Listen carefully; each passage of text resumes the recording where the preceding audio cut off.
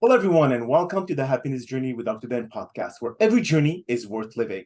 My name is Dr. Dan, and I'm your host for today's episode. I'm a bilingual neurolinguistic programming and cognitive behavior psychotherapist specializing in anger management issues, both court-appointed and private, marriage counseling using the Ep2 method, dissociative disorders, narcissistic personality disorders, depression, anxiety, dream analysis, and also provide life, business, and retirement coaching support. I provide individual one-on-one sessions in both French or English, and also do group settings. If you need any assistance, reach out to DMV Therapy and Coaching Services at 301-325-1550, and our website can be found at lifecoachdanamzalak.com. Today, I'm very excited to have for our second episode of season 18, a very special guest and author of It Really Is Simple, a holistic approach to self-confidence, Alexandra Dotcheva.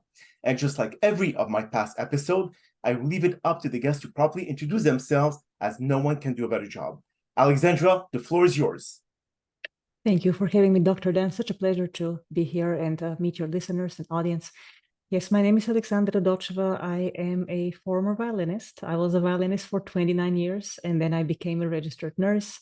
I've been in that field for 12 years already. And then because of circumstances and economic and conditions, I also ventured into real estate investing, which I have been doing for almost a decade, 9 years to be precise, along with my nursing career. And then, yes, so because of all the issues I had to resolve along the way to where I am today, friends and loved ones and some colleagues suggested that I actually put my experience and system into writing. So that's how the book emerged in the late 2021. It was published. It really is simple, a holistic approach to self-confidence with the goal to help others overcome any self-imposed limitations, any false sense of entitlement, because I suffered from all these and lack of self-esteem and lack of self-confidence. Oh, and I apologize if you hear the airplane. We are close to an Air Force base, and if you hear airplanes, that's sometimes the case. But yes, so in a nutshell, that's about me, and I'm excited to be a holistic confidence coach today and helping people overcome anything they would like to overcome in terms of health, financial issues, career issues, relationship issues, and even spirituality-based issues, because everything is so connected in life, as you know. So that's my mission today. Beautiful. Well, thank you so much, Alexandra, for being here today. Like I said, I think your knowledge and expertise will definitely enlighten all of our listeners. And this is what the happiness journey is all about. So let's get started with, first of all, how long did it take you to be able to write the book? What really inspired you beside your own personal experiences and your limiting belief and your self-confidence? What really brought you to formulate this book and using the term holistic? Why did you feel that you had to add the term holistic to it? Great question. Thank you for asking. So the book came, the idea came in early 2020 when the COVID pandemic started, and my father had passed away a month before that. He was another airplane. But the term holistic, I figured that I had arranged my life in a similar way within my health realm, my spirituality realm, career, finances, and relationship realms. And it was all the same system for all these 5 aspects. And I also figured that many times when people hear the term holistic, they really only focus on their health and poorly at that, because they really like to use the holistic aspect to excuse certain habits that they really shouldn't be having in their health. But as far as I'm concerned, if you don't have the proper financial base and education and knowledge to handle your career properly so you can invest in your health and in your future, to have these financial choices that would allow you to take excellent care of your health in terms of nutrition, fitness, and detox, and then how to use your career to be able to separate the quality of your work in terms of helping other people and being useful to society, and then building your investment base with assets that cash flow unrelatedly to your job. So you can have all these other choices. And then the relationship choices that you make based on your health goals and financial goals. This is all one thing, and it's called life. And that is the holistic approach to self-confidence when you master these 5 fields on your own terms and you keep developing them and elevating them while you live. So this is how holistic came into the picture. As far as how long it took to write the book, well, that's a very funny question because I'm a foreigner, obviously. I come from Bulgaria, and I decided to write a book in English because much as I don't have a very rich English vocabulary, my Bulgarian vocabulary has gotten poorer and poorer over the years, even though I still speak Bulgarian without an accent, but that doesn't matter. Vocabulary base is extremely important when you're writing, and I don't consider myself by any stretch of the imagination a professional writer. The book's purpose was to help people, not to be some master literary piece, but practical guide. This is what the subtitle of the book is, a practical guide. So the idea came immediately with the structure of the 5 life aspects, and I wrote it in 6 months, Dr. Dan, but then it took about 40 readings within the next year to edit it as many times as I deemed necessary before I even offered it to a professional editor, the editor of my publisher. So I knew what needed to be done, and it took me some time, but I persevered because I was dead set to get this thing published and help other people overcome the things that I struggled with for over 20 years. And that was the motivation. That's what kept me going, because when you edit your own writing, it sometimes can be pretty frustrating. You keep finding things that can be better and better and better. And finally, after the 30th or 35th reading, it was close to 40. It was really a lengthy process. I said, okay, I can't add anything more. Somebody needs to see it now professionally. And it was great that I went through all these reviews, because it just saves time with the publisher and everything. And then the process went very smoothly from then on. So when you create the skeleton of the book, or the format and all, did you know exactly how long the book was going to be from the beginning? Or did you set yourself, okay, I'm not going to go over 300 pages, or I'm not going to go over a certain amount of information because you wanted to write a sequel to that book? Did you already thought about all that when you first started writing the first page? No, I didn't want to write a sequel to that book, because I know people who write 9, 10, 11, 12 books, and they basically repeat themselves all the time. It's called a graphomania. And I don't want to be that type of person. I will tell you everything I know in one piece. Yes, it's close to 400 pages, but that's what it came out to be. And some of the ideas are presented in several places in slightly different words, because I have found that this is what has helped me very much over the years to internalize an idea that's helping my well-being, not only intellectually, but also emotionally. Sometimes you need to hear things said in a slightly different way, or a very different way. So that was the only purpose for certain repetitions. And I have warned the reader in this right from the get-go in the introduction. I'm very honest. And so, no, there was never an idea for a sequel. I still don't intend to write a sequel to the book. And when I started the coaching business, in fact, that was encouraged by colleagues and mentees. I had mentored people quite a bit before that. And then several podcast hosts said, you really need to develop a coaching business around this book. So, and I tell people, you get the book first, because that is the least expensive way to do these things. And if you follow 80% of what's in the book, you will not need my coaching. You really won't need my coaching and spending all this other money. And that's how I chose many of my coaches, like in real estate investing, for example. I had no clue about investing at all until I chose my coach, Robert Kiyosaki. But before I paid for his online courses, I read 7 of his books, okay, to gain confidence and so that he could gain my trust. Because when you're spending money on a coach, you need to know who you're hiring, in my opinion, right? But again, I don't intend to write any more books right now, because you need to offer something different to people if you're writing. I have a blog that's freely accessed through my website. But yeah, the book is just really the system that I'm using, and I have been using successfully for 15 years now. And it works. That is the book I wish I could have read 15 years ago.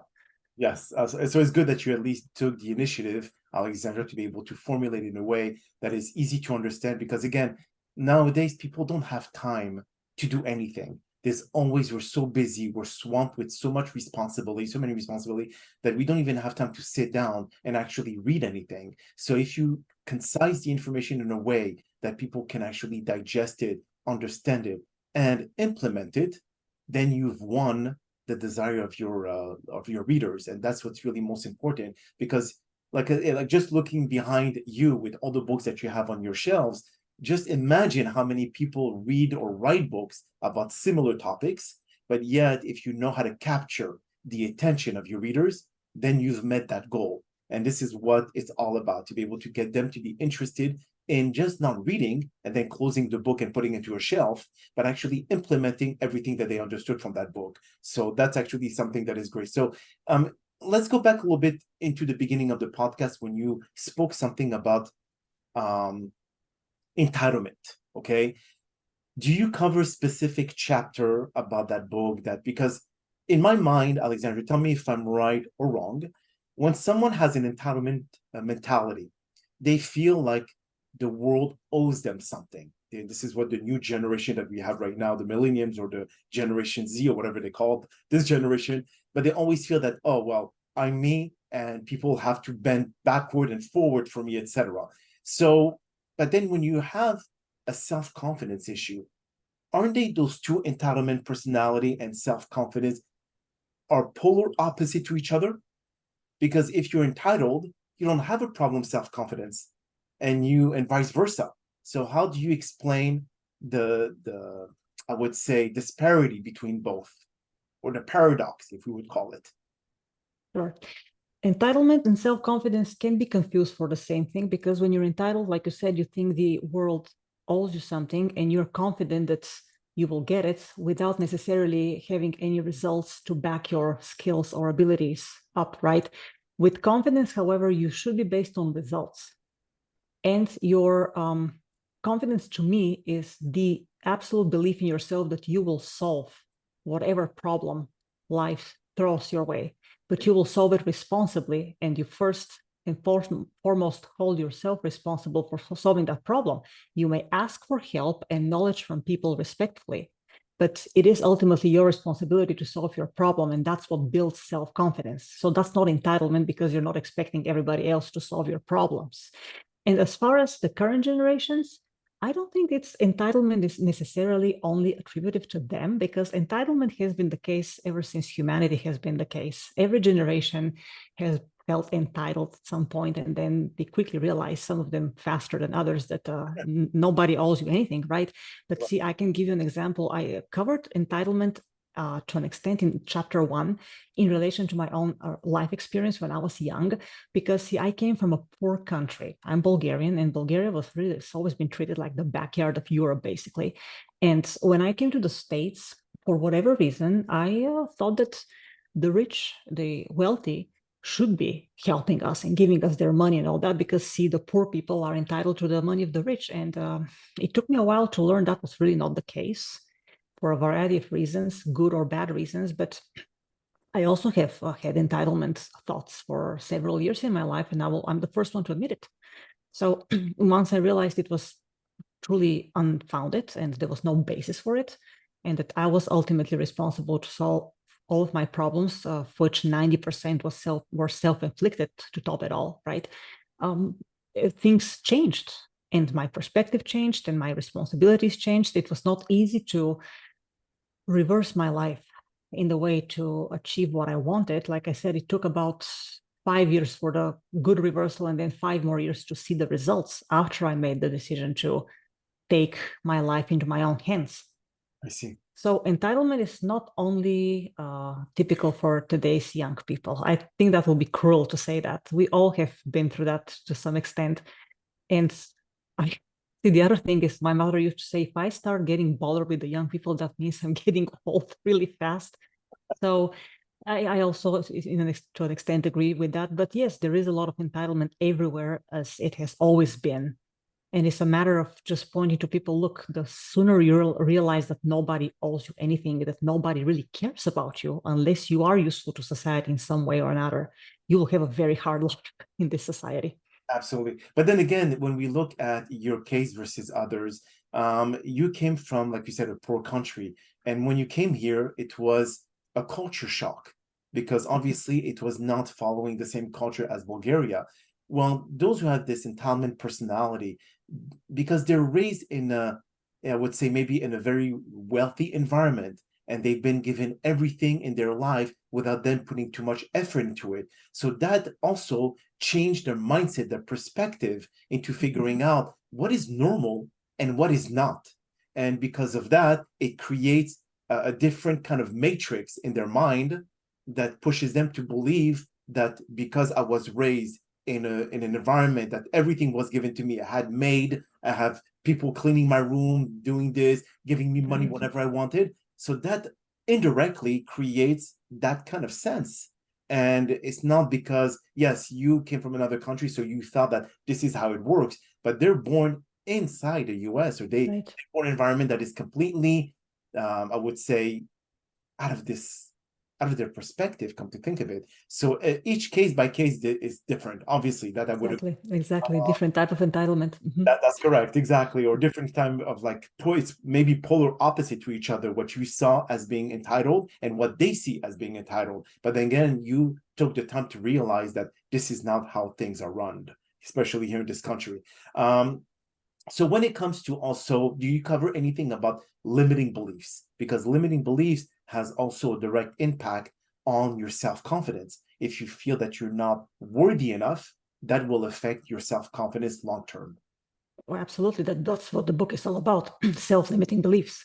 Because I subjected myself to this since age 11 through my early 30s, and I saw the consequences. I paid a bad price for it. And this is what really the book is all about. That's the main idea, the self-limiting beliefs, self-imposed limiting beliefs, and then the ones imposed by the environment. But once you stop using the environment or your so-called unique situation as an excuse not to change your life, then things will really change in your favor with the necessary perseverance, responsibility, resilience, and really you build character that way, and self-esteem and self-confidence. But the limiting beliefs are the basis for pretty much all the problems that I had for a very long time, and eventually led to my early midlife crisis when I was 32, and I understood I had to change professions responsibly. Otherwise, I will be poor all my life and unfulfilled. And the complexes I had as far as professionalism went, they had to dissolve with the new profession, with the nursing. It was very, very tough because I went into music at age 6 because both of my parents were musicians. And by age 29, 30, you're expected to be a pretty well-rounded professional. I was a decent musician, very decent musician, but not competitive enough to survive an economic situation where after 2006, orchestras in this country started going under and bankrupting and dissolving. And then your competition just raises exponentially on the market. And that's what I had to face. And after having practiced something for 26 years, most people think of retirement.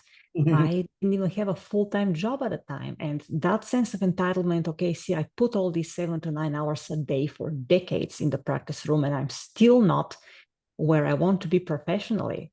That's what kills you. And then you contemplate a different profession like nursing, and they say, oh yeah, 3 years of college and you'll be a nurse. Like, really? I practiced 26 years the violin. I'm not really the violinist I want to be yet. And I'm going to be a professional nurse in 3 or 4 years. Impossible. So that was a self-limiting belief based on my experience with music. Okay. Dramatically different field. So, and you really don't become a nurse in 3 years after you finish nursing school. You become a nurse 10 years after you practice. However, you can realistically practice the profession with good supervision and guidance safely and responsibly. It's just so different. But that was one self-limiting belief. And then with the investing, in my experience, right, that was another thing. I said I could never possibly invest real estate and rent it and have 3 businesses like I do have now. And because I knew nothing about finances. But once I changed my profession from music to nursing, I realized I did this once, I can do it again. And I was not going to leave nursing, but just add the real estate investing skill to my nursing skills. Mm-hmm. So that was a double responsibility task, which I already put on myself just to challenge myself a little more. But again, that willingness comes with time, with some results that you can measure and affirm. And that's where you build the understanding that if you did that, you can do much, much more with your life. I agree. But when you were thinking about you've practiced for so many years, you've worked in the music and doing this every single day, 9 hours a day, and then you felt that you didn't reach your level of professionalism in that field. Did you start doubting that if I start something else later, then again, that may repeat itself? Very much so. Yeah, that was part of the limiting belief because I was so entrenched in music and my very insufficient knowledge about any of the rest of the world because I spent 12 years in specialized music school from the first to the 12th grade, then 11 more years in college as a specialized music student. So I had no science base, Dr. Dan, whatsoever. Okay. So it was not just the realization that I may not, it may end up the same way, but also that how do I even start?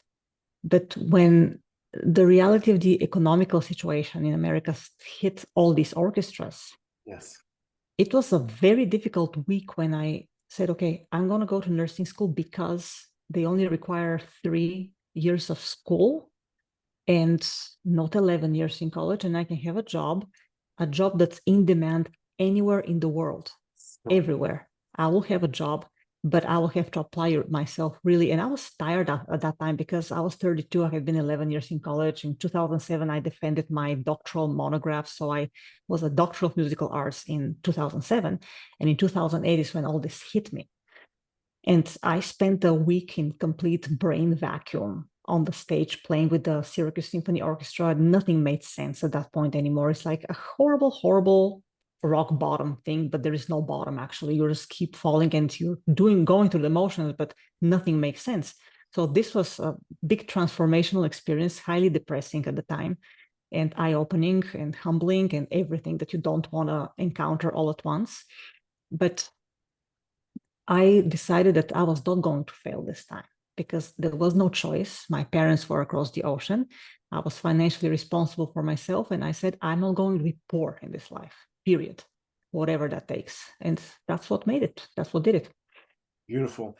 And so when it comes to the book itself, Alexandra, for all of our listeners that are listening now to the podcast, what would you not just recommend, but advise them to do when it comes? You suggested something in the beginning, but before they get a coach, they have to read basically the book that the coach wrote to be able to better understand the nature of the coach, what kind of teaching they offer. So in your case, when it comes to those reading the book that you wrote, what is the end result that they should expect after implementing the advice that you give in that book? Or how long will it take them to see changes? Thank you for asking that, this, Dr. Dan.